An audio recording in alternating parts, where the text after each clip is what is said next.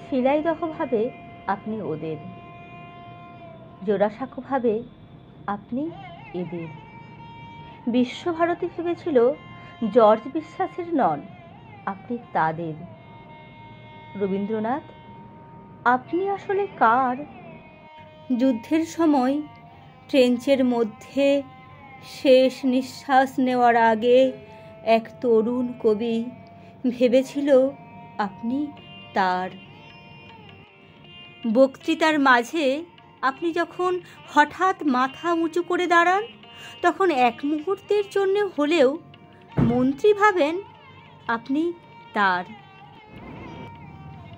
নতুন বৌঠান কি কোনো দিনও ভেবেছিলেন আপনি তার? রানু, রবীন্দ্রনাথ, আপনি যে ঠিক কার সে প্রশ্নের উত্তর বাঙালি আজও পায়নি। দাদামশাই ভাবেন আপনি গোরার রচয়িতা, আপনি তার। বাবা ভাবেন আপনি বানিয়েছেন শ্রীনিকেতন, আপনি তার। মা ভাবেন আপনার সুরে বেজে উঠেছে তার বীণা, আপনি তার। ভীরু কিশোরী যে মুখ ফুটে বলতে পারেনি, শুধু চিরকুটে লিখে দিয়েছে, হাতখানি ওই বাড়িয়ে আনো, দাও গো আমার হাতে, ধরবো তারে, ভরবো তারে, রাখবো তারে সাথে। সে মনে করে আপনি তার। আর কফি হাউসে টেবিল চাপড়ে রাগী তরুণ ঘোষণা করে আপনি আসলে মাত্রাবৃত্তের। যতজন বাঙালি ততজন রবীন্দ্রনাথ।